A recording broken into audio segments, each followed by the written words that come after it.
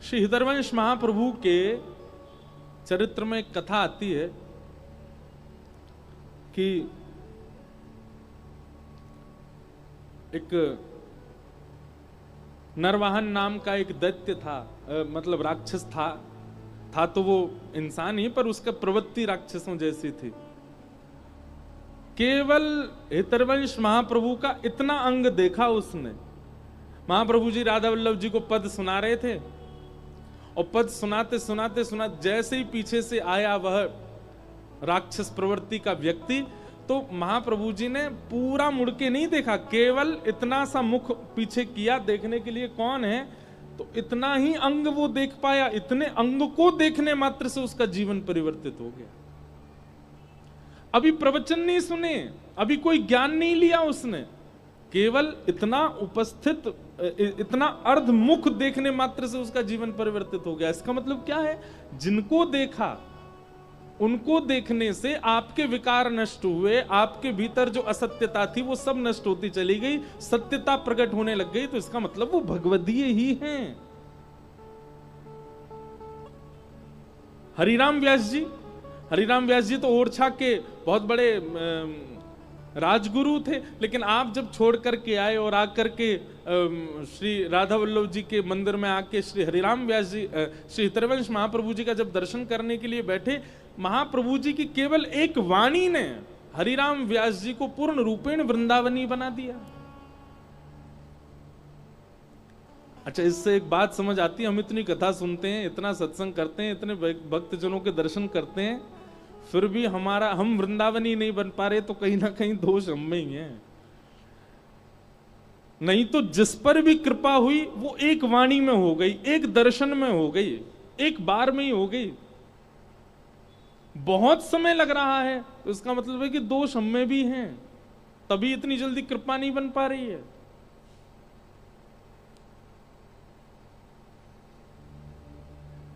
महाप्रभु जी का स्मरण भी इसलिए हो रहा है कि जब मैं गाड़ी से उतरा तो सबने यही कीर्तन कर दिया, जय जय राधा वल्लभ श्री हरिवंश, जय श्री वृंदावन श्रीवन चंद, इसलिए महाप्रभु जी बार बार याद आ रहे हैं।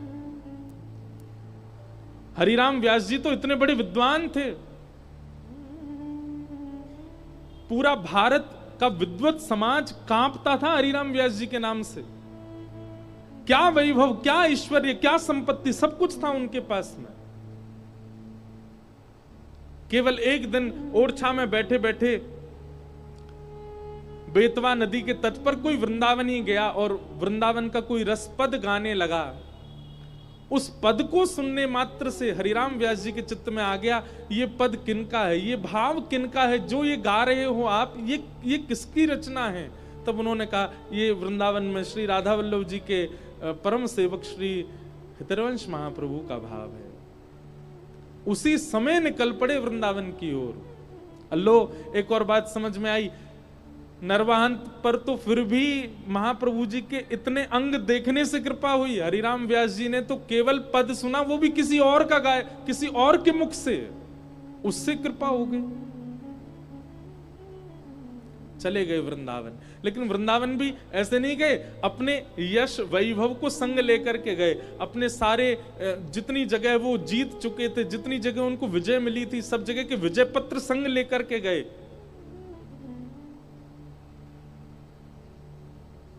राधा वल्लभ जी के मंदिर में जाकर के केवल प्रार्थना की कि मुझे महाप्रभु जी से मिलना है। तो सेवकों ने कहा, भाई अभी सेवा में हैं, आप थोड़ी देर विराजो। तो हरिराम व्यास जी बोले, तुम जानते हो किसको बैठने के लिए कह रहे हो? अरे हम इतनी दूर से चल के आए हैं, 2 मिनट हमारा संवाद करा दो उनसे। सेवकों ने जाकर के महाप्रभु जी से कहा कि कोई हरिराम व्यास जी आए हैं, वो बैठे ही नहीं रहे, डटे ही नहीं रहे, यूं कह रहे अभी मिलवाओ। महाप्रभु जी बोले, ठीक है, उनको लेकर के आओ। हरिराम व्यास जी को लेकर के सब सेवक जन जैसे ही गए, रसोई घर में महाप्रभु जी कुछ प्रसादी ठाकुर जी की सिद्ध कर रहे थे। और जैसे ही हरिराम व्यास जी आकर के बैठे तो महाप्रभु जी ने क्या किया, चूल्हे में से अग्नि ठंडी करने लगे, पात्र उठा करके नीचे रखने लगे। सब जो क्रिया कर रहे थे वो विश्राम करने लगे। तो हरिराम व्यास जी ने आके कहा, भगवान ये आप क्या कर रहे हो, आप सेवा कर रहे हैं ठाकुर जी की, वो पूरी कर लीजिए और हाथ से आप सामग्री बनाते रहो। मेरी तो जिज्ञासाएं मुख से बताने की है ना, मेरे प्रश्नों का उत्तर तो मुख से देना है। हाथ से सब्जी बनती रहेगी, सामग्री बनती रहेगी, मुख से मेरे उत्तर देते रहो। उसके बाद जो महाप्रभु जी ने उत्तर दिया, उसी से ही हरिराम व्यास जी का जीवन परिवर्तित। एक वाक्य ने महाप्रभु जी कहते हैं, व्यास जी आपके लिए मुख से उत्तर देना और हाथ से सामग्री बनाना ये दो काम हो सकते हैं, पर मेरे लिए सामग्री सिद्ध करना ठाकुर जी की सेवा है। और मैं सामग्री सिद्ध केवल हाथ से नहीं करता, मन से भी करूंगा, बुद्धि से भी करूंगा, नेत्रों से भी करूंगा, ठाकुर जी की सेवा के लिए। ऐसा नहीं है कि केवल हाथ वहां चल रहे हैं, बुद्धि कहीं है, मन कहीं है। अरे जब सेवा कर रहे हैं, ठाकुर जी की प्रसादी बना रहे हैं, तो मन भी वही है, बुद्धि भी वही है। और अगर मैं प्रसादी बनाऊंगा तो आपका संशय दूर कैसे करूंगा, क्योंकि मेरा मन तो सामग्री में है। और आपको संशय निवृत्ति की इतनी जल्दी है, तो फिर उसके लिए मुझे सामग्री छोड़नी पड़ेगी, आपकी निवृत्ति करनी पड़ेगी, क्योंकि मन वहां से हटा के आप में लगाना पड़ेगा। आपके प्रश्न का उत्तर देना ये मन के काम है, और सेवा करना भी मन का काम है, पर आपके लिए अलग है। आपके लिए प्रसादी बनाना हाथ का काम है, उत्तर देना मन का काम है, पर मेरे लिए प्रसादी बनाना भी मन का काम है, इसलिए मुझे मन एक तरफ से हटाना पड़ेगा। हरिराम व्यास जी हाथ जोड़ लिए, बोले बस मेरे सारे प्रश्न खत्म हो गए, अब कुछ नहीं पूछना मुझे। चरणों में प्रणाम किया, बोले कि जीवन भर निकल गया मुझे विद्वत्ता करते करते, ग्रंथों को पढ़ते पढ़ते, लेकिन आज तक ऐसा प्रत्युत्तर नहीं मिला। आपने मेरा भेद खोल दिया कि तन की क्रिया मन की क्रिया अलग है, तो इसका मतलब है हम संसारी हैं, पर जहां तन है वहीं मन है, इसका मतलब हम भगवदीय हैं। मेरे को मेरा उत्तर मिल गया। कितना अच्छा सूत्र है। हम लोग भी ऐसे करते हैं, हाथ से सेवा करते जा रहे हैं ठाकुर जी की, और सेवा करते करते किसी को कह, हाँ भाई सुन, मैं जल्दी सेवा कर रहा हूं, चाय बना दियो। इसका मतलब क्या, मन वहां भी है।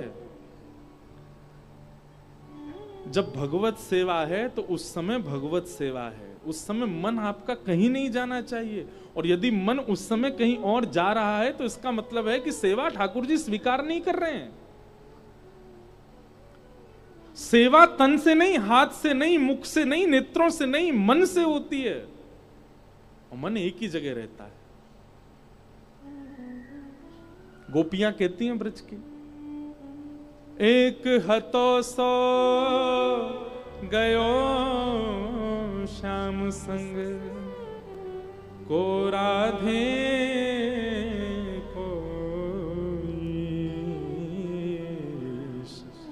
मन ना रहे 10-20। उद्धव, तुम कह रहे हो कि हम अपना मन कहीं और लगा लें कृष्ण को छोड़ करके। कोई 10-5 मन है क्या हमारे पास कि एक कृष्ण में लगा लें, एक घर में लगा लें, एक परिवार में लगा लें, एक पति में लगा लें, एक बच्चों में? एक ही मन है हमारे पास। और एक हतो सो गयो श्याम संग। श्री कृष्ण मथुरा गए तो मन भी हमारा उन्हीं के संग चला गया। कैसे कहीं और लगा लें हम? मन ना रहे 10-20। ये एक स्थिति है।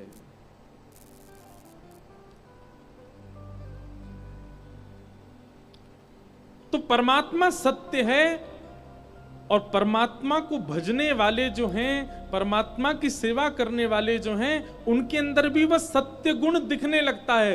और उस गुण का एक ही प्रमाण है कि वो जहां जाएंगे वहां सत्य अपने आप प्रकट होता चला जाएगा।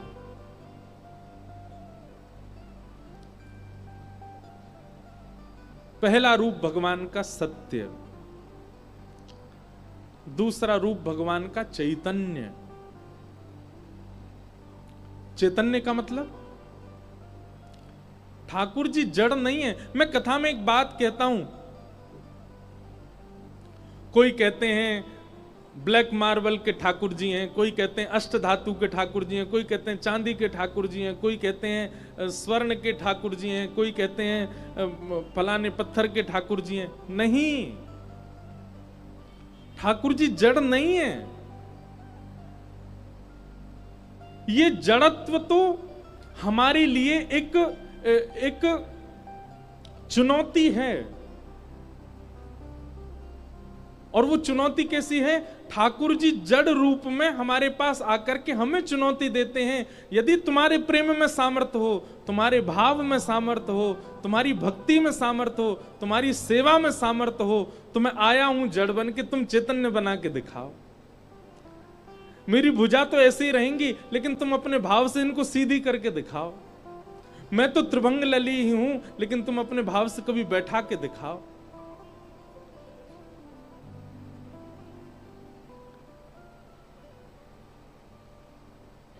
अरे कितने प्रमाण दें कि श्री ठाकुर जी ने अपने वैष्णव भक्त के कारण कितनी बार अपने रूप में परिवर्तन किया।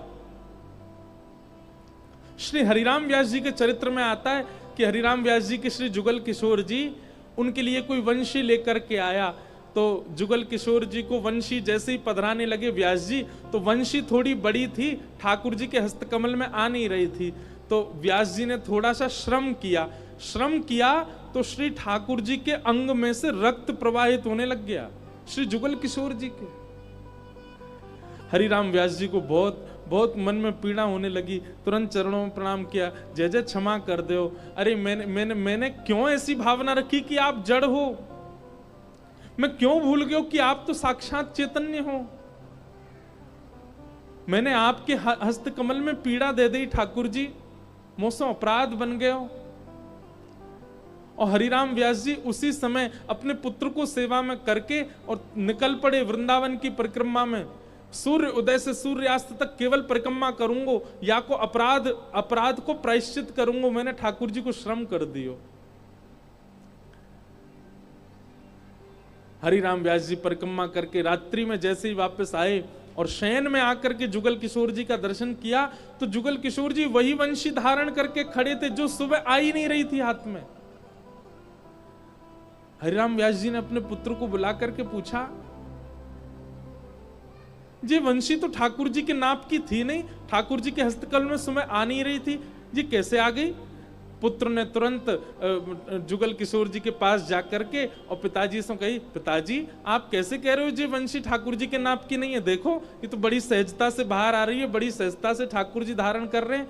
तभी हरिराम व्यास जी ने स्नान आदि करके भीतर मंदिर में जाके देखी कि वंशी तो उसी आकृति की है, पर श्री जुगल किशोर जी ने अपने हाथ बड़े कर लिए ताकि वो वंशी आ जाए। ठाकुर जी चैतन्य है, जड़ नहीं है।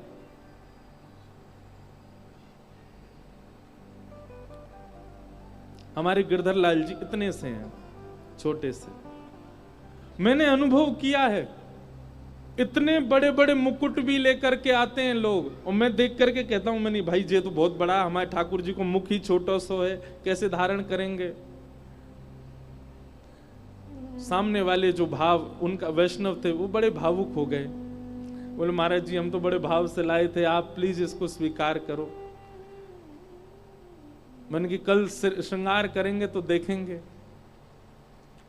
पतो ना है जन लाला ने कहा कि मुकुट छोटो कर लियो कि जन अपना मूड बड़ो कर लियो, खूब प्रेम से धारण कर लिया, और वो लगे कि ये ठाकुर जी के लिए ही बना है। उसका जो टिपारा था वो तो बहुत बड़ा है, अभी भी ठाकुर जी पहनते हैं कभी कभी, पर वो ऐसे विराजमान हुआ जैसे कि बिल्कुल इन्हीं के सर के नाप को ही है। ठाकुर जी जड़ नहीं है, चैतन्य है। अनुभव करो अपने ठाकुर जी के साथ।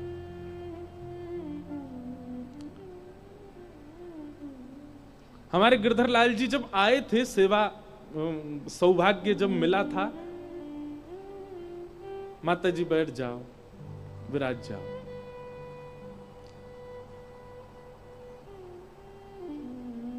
तब ठाकुर जी को इतनी इतनी पोशाक पहनाते, वो भी बड़ी लगती थी। अब इतनी बड़ी भी पहन लेते तो भी छोटी लगती है। पता नहीं कैसे रूप धारण करते हैं, कैसे आकृति बना लेते हैं। हमने तो बहुत अनुभव किया है कि श्री ठाकुर जी परम चैतन्य हैं, हमारे गिरधरलाल जी को जिसने प्रत्यक्ष नहीं देखा ना, वो यही विचार करता है कि इतने बड़े ठाकुर जी होंगे, खूब सुंदर श्रृंगार होगा, खूब बड़े बड़े नेत्र होंगे, लेकिन जब वो प्रत्यक्ष दर्शन करने जाता है इतने से दिखते हैं ठाकुर जी, बहुत छोटे से। और एक और बात, जो गिरधरलाल जी को देखते रहते हैं उनके लिए बात है, 11 से 17 जनवरी आप श्री लाल जी का दर्शन कीजिएगा। इतने बड़े बड़े मंडप बनते, इतने बड़े बड़े गर्भगृह बनवाते हैं हम श्री लाल जी के, छोटे से ठाकुर जी पीछे से देखने वाले पंडाल में उसको भी दिखाई देते हैं। ऐसा लगता है मानो उन्होंने अपना रूप बड़ा कर लिया हो। ठाकुर जी चैतन्य हैं।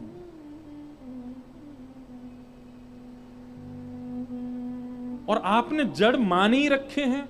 आपके मन में ये भावना है कि जड़ भाव है, कि ये तो पाषाण ही है, तो वो पाषाण की तरह ही रहते हैं। फिर भावना रखो कि ये चैतन्य है, तो वो चैतन्य की तरह ही रहेंगे। हम कथा में आते हैं तो कथा में आते समय लाल जी अकेले रहते हैं कक्ष में, तो अकेले नहीं रहते। उस समय ठाकुर जी के पास जाएंगे, लाल जी आपकी कीर्ति गावे जा रहा हूं, आपको न यश सुनावे जा रहा हूं, आपकी न प्रशंसा करवे जा रहा हूं कथा में, थोड़ी देर आराम कर लियो, आनंद कर लियो। पर हमें पता है ऐसी भावना कितनी बार आई है कि ऐसा लगता है कि जैसे ही हम कथा करने के लिए आते हैं श्री ठाकुर जी परम चैतन्य हो जाते हैं और बिस्तर पर जाके खूब कूदते होंगे, तकिया पे लौट जाते होंगे, फ्रिज खोल के देखते होंगे काका धरो यहाँ पे, मधुमंगल श्रीदामा सुबल तोक सब उनको बुला लेते होंगे, ले भैया उड़ाओ सबरे धुआंधार। कितनी बार ऐसा अनुभव हुआ है कि वो चैतन्य है। मीराबाई का ये पद बहुत सुंदर लगता है।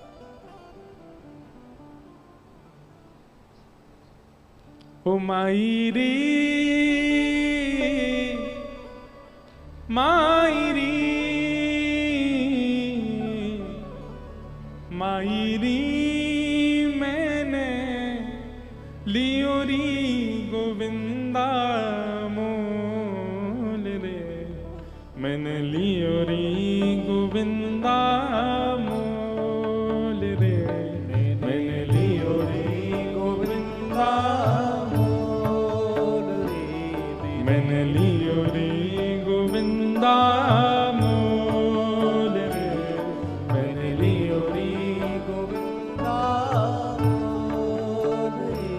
ओ मायरी ये तो आवत प्रेम के मोल रे, ये तो आवत प्रेम के मोल रे, मैंने लियो रे गोविंदा मोल रे, मैंने लियो रे गोविंदा मोल रे, ओ मैंने लियो रे गोविंदा मोल रे, मैंने लियो रे गोविंदा मोल रे। और मीराबाई कहती हैं जिनके भी घर पे ठाकुर जी की मधुर सेवा विराज रही है, एक तो है कि घर पे केवल पूजा के लिए ठाकुर जी रखे हुए हैं एक कोने में, लेकिन एक है कि घर वाले बैठे कोने में, पूरे घर में राज है ठाकुर जी का। ऐसे घर देखे हैं आपने? हमने अधिकतर घर कैसे देखे हैं? पूरे घर में घर वाले, ठाकुर जी बैठे कोने में, छोटी सी जगह अलमारी में बैठे हैं। पर कई घर कैसे हैं? घर वाले हैं कोने में, पूरे घर में राज है ठाकुर जी का। और हम और किसी की नहीं कह रहे, हमारे घर ही आके देखना आप, ठाकुर जी कैसे ठाट में विराजते हैं। और भी जहां रुके हुए वहां देखो कैसे ठाट में, पूरे घर पूरा वो फ्लोर ही ठाकुर जी ने अपना ही बना रखो है। ऐसे ही होना चाहिए। लेकिन याद रखना, जिनके घर पे ठाकुर जी कोने में बैठे हैं, इसका मतलब है वो केवल पुण्य के लिए ठाकुर जी को, अपनी कामनाओं के लिए ठाकुर जी की सेवा कर रहे हैं।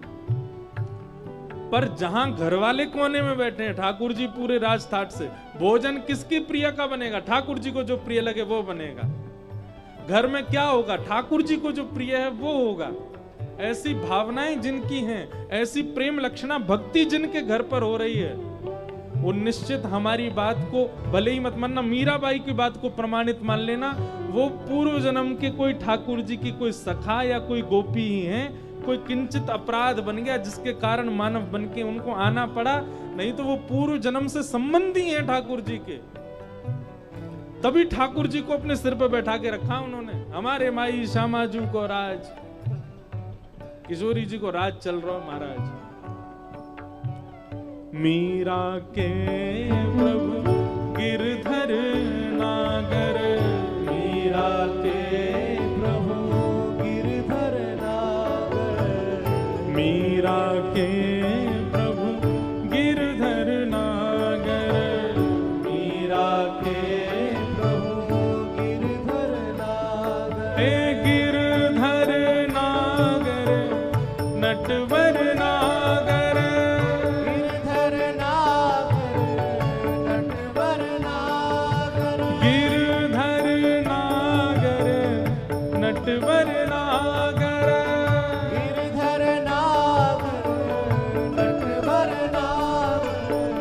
मीरा के प्रभु गिरधर नागर, मीरा के प्रभु गिरधर नागर। ये तो पूरब, ये तो पूरब, ये तो पूरब जन्म को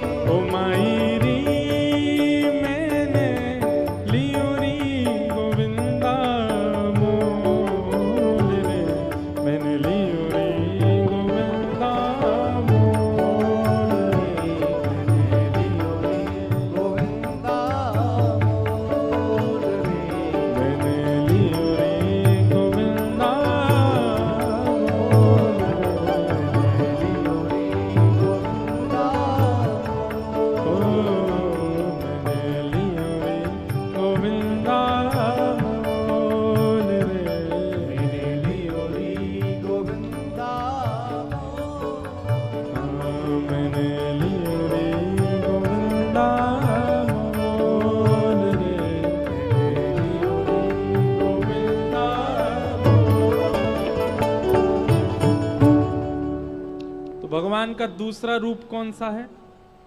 चैतन्य। ठाकुर जी चैतन्य हैं, जड़ नहीं है वो। जड़ तो हमारे लिए चुनौती है, जड़ तो हमारे लिए ठाकुर जी ने धारण किया है कि तुम चैतन्य करो, मैं चैतन्य होने के लिए बैठा हूं, तुम करो। तो चैतन्य मतलब ठाकुर जी चलें फिरें, ऊधम करें, उछलें कूदें, नाचें गाएं। और ये चैतन्यता ठाकुर जी की तभी प्रकट हो सकती है जब आपके चित्त में चैतन्य भाव उनके प्रति हो।